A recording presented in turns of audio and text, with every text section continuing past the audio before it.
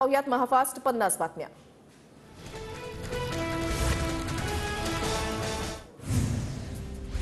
EVM ऐवजी मतपत्रिकेवर निवडणुका घ्याव्या लागू शकतात। धाराशिवचे जिल्हाधिकारी सचिन ओंबासेंचं निवडणूक आयोगाला पत्र। मराठा समाजाकडून जास्त उमेदवारी अर्ज दाखल होण्याची शक्यता। पुढील आठवड्यामध्ये लोकसभा निवडणुकीची घोषणा होण्याची शक्यता। निवडणुकीच्या दृष्टीने निवडणूक आयोगाची तयारी पूर्ण। जागा वाटपावरून दादा गट आणि शिंदे गट आक्रमक। भाजपच्या मित्रपक्षांच्या आग्रहामुळे महायुतीच्या जागा वाटपांचा फॉर्म्युला बदलण्याची शक्यता। महायुतीमधल्या जागा वाटपावर 9 तारखेला दिल्लीमध्ये पुन्हा चर्चा। 2-3 दिवसांमध्ये महायुतीचं जागा वाटप निश्चित होण्याची शक्यता। मित्रपक्षांना सन्मानजनक जागा देऊ, जागा वाटपाबाबत योग्य वेळी माहिती देणार उपमुख्यमंत्री फडणवीसांची प्रतिक्रिया। राष्ट्रवादीकडून 2 दिवसीय बैठकीमध्ये लोकसभेच्या 9 जागांसाठी मागणी। कार्यकर्त्यांकडून लोकसभेच्या 9 जागांसाठी उमेदवारांची मागणी। ठाकरे गट 23, काँग्रेस 15 तर शरद पवार गटाला 10 जागा मिळणार। सूत्रांची माहिती 23-15-10च्या फॉर्म्युल्यावर मवियामध्ये शिक्कामोर्तब होण्याची शक्यता, तर वंचितला 4-5 जागा मिळण्याचा अंदाज। आघाडीमध्ये सगळ्यांच्या मनाप्रमाणे होत नाही। शिवसेना राष्ट्रवादी काँग्रेसनं आपले अनेक हट्ट सोडलेले आहेत। वंचितचं पूर्ण समाधान करण्याचं ठरवलेलं आहे। मविया जागा वाटपावर संजय राऊतांची प्रतिक्रिया। भाजपला मदत होईल अशी भूमिका प्रकाश आंबेडकर घेणार नाहीत। प्रकाश आंबेडकर स्वतःची मायावती होऊ देणार नाहीत। संजय राऊतांचा प्रकाश आंबेडकरांवर विश्वास। मुंबईमध्ये राज्यातील सर्व काँग्रेस नेत्यांची बैठक। पक्षाचे संघटक सरचिटणीस के.सी. वेणुगोपाल बैठकीला उपस्थित राहणार। मीरा भाईंदरमध्ये प्रताप सरनाईकांविरोधात आज भाजपचा धडक मोर्चा। अरविंद शेट्टी यांच्या हॉटेल तोडफोड प्रकरणी भाजप कार्यकर्ते आक्रमक। अजित पवार गट अरुणाचल प्रदेशची विधानसभा निवडणूक लढवणार। अरुणाचल प्रदेशच्या प्रदेशाध्यक्षांनी अजित पवार गटाची भेट घेतली।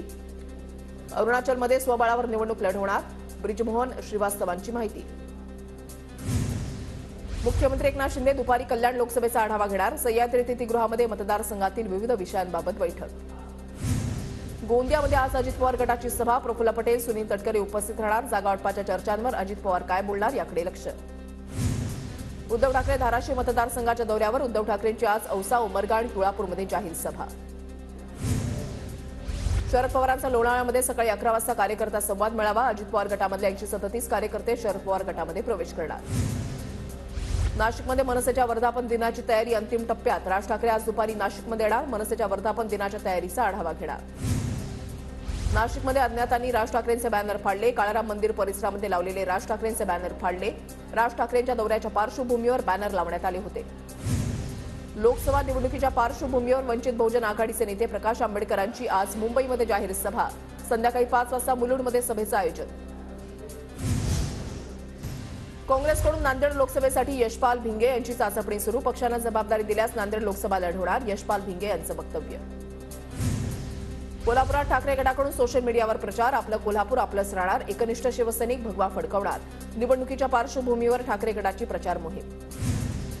भाजपच्या बाळा भेडगेंनाच उमेदवारी द्यावी। भाजपचे प्रचार प्रमुख रवींद्र भेगडेंची दरमाईची आधीची भूमिका। वरिष्ठांनी फटकारल्यानंतर रवींद्र भेगडेंनी भूमिका बदलली। महायुतीचा उमेदवार निवडून आणायचा आहे, ताकदीनं काम करू, भेगडेंची आताची भूमिका। अमरावतीच्या चांदूर बाजारमध्ये भाजप आणि प्रहारचे कार्यकर्ते आमने सामने। भाजप कार्यकर्त्यांकडून कामगार साहित्य वाटप कार्यक्रम लवकर सुरू न झाल्याचा आरोप। कार्यकर्ते पोलिसांच्या ताब्यात, तर कामगारांचं साहित्य वाटप रद्द। रामदास कदम, योगेश कदम आणि सुनील तटकरे एकाच व्यासपीठावर येणार। दापोली, खेड, मंडणगडच्या विकासासाठी आम्ही एकत्र येणार। शिंदे गटाचे आमदार योगेश कदम यांची भूमिका। योगेश सावंतांच्या पोलीस कोठडीचे आदेश सत्र न्यायालयाकडून रद्द। योगेश सावंतांची न्यायालयीन कोठडीमध्ये रवानगी। फडणवीसांबाबत आक्षेपार्ह विधानाचा व्हिडिओ टाकल्याप्रकरणी गुन्हा।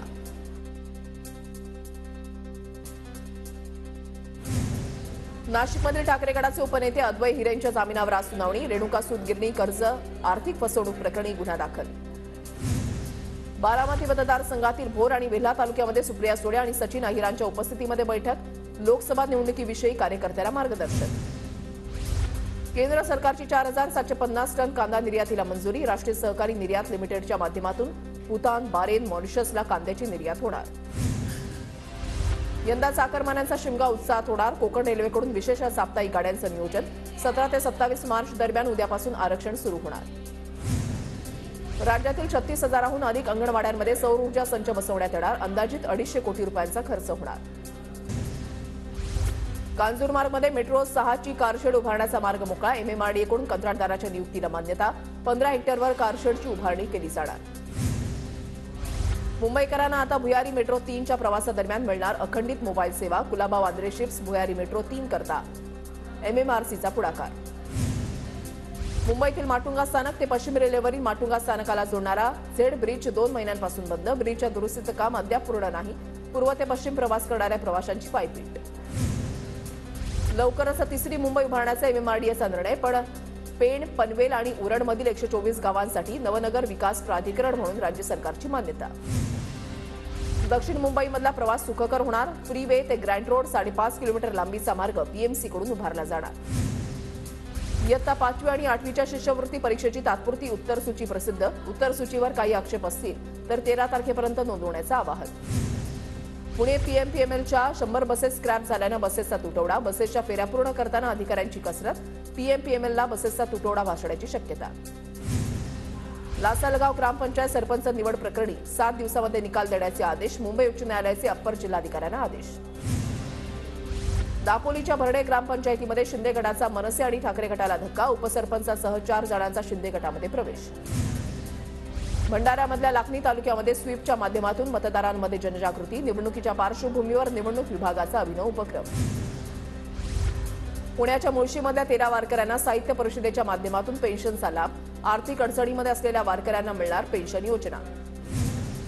अकोल्याच्या मूर्तिजापूरमधल्या राजगृह नगरचा पाणी प्रश्न मार्गी. वंचितच्या नगरसेविका प्रतीक्षा वसुकार यांच्या प्रयत्नानं घराघरात पोहोचलं पिण्याचं पाणी.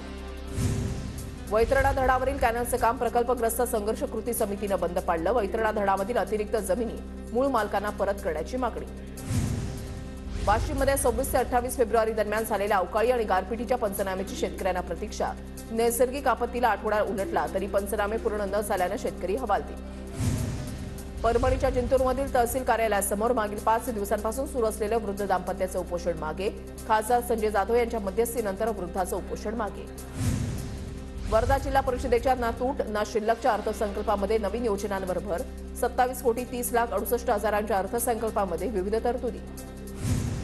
परभणीच्या पूर्णामधील कातनेश्वर जिल्हा परिषद शाळेकडून पहिलीमधील विद्यार्थ्यांचं जंगी स्वागत. बैलगाडीमधून काढली विद्यार्थ्यांची मिरवणूक. छत्रपती संभाजीनगरच्या कन्नडमधल्या पळशी गावचे जवान सोपान काळे हिमाचल प्रदेशमध्ये शहीद. हिमस्खलनानं सोपान काळे यांना वीरमरण. आज दुपारी पळशीमध्ये त्यांच्या पार्थिवावर अंत्यसंस्कार होणार.